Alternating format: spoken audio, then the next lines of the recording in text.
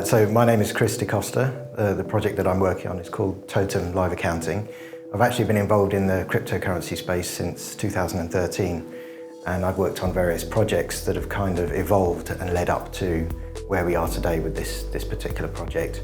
The project initially was aimed at business customers who essentially asked the question always, what can we do with blockchain? And the response was always, from me at least, well, do something on blockchain that you can't do today that blockchain gives you a solution for, but don't try and do anything that you already do on blockchain just for the sake of it.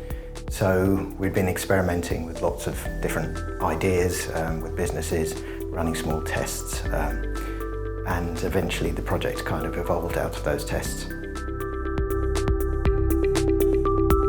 So the project is focused on the accountancy space, which doesn't get much love with blockchain technicians.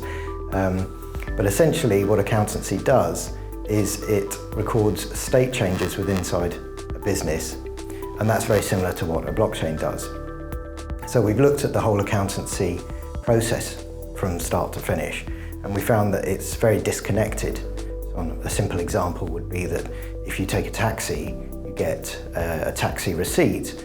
That taxi driver will need to encode it in his own accounts at some point, so he has to give the paper to his bookkeeper, and you have to give the paper to your bookkeeper. So there's a disconnect there between sharing information. And it's even worse than that. The information about what happened and why that taxi ride was taken is lost in that process. So what we were looking at was trying to reconnect those pieces together. And then we realized, of course, that blockchain is really useful for communicating information between two random parties.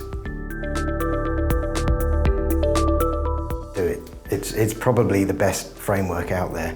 I don't think there's anything else that comes close to what Parity are doing and how far forward they thought of the problems that a blockchain builder is going to face. So it's really, if you start with Parity's Substrate, you're just going to move forward very quickly.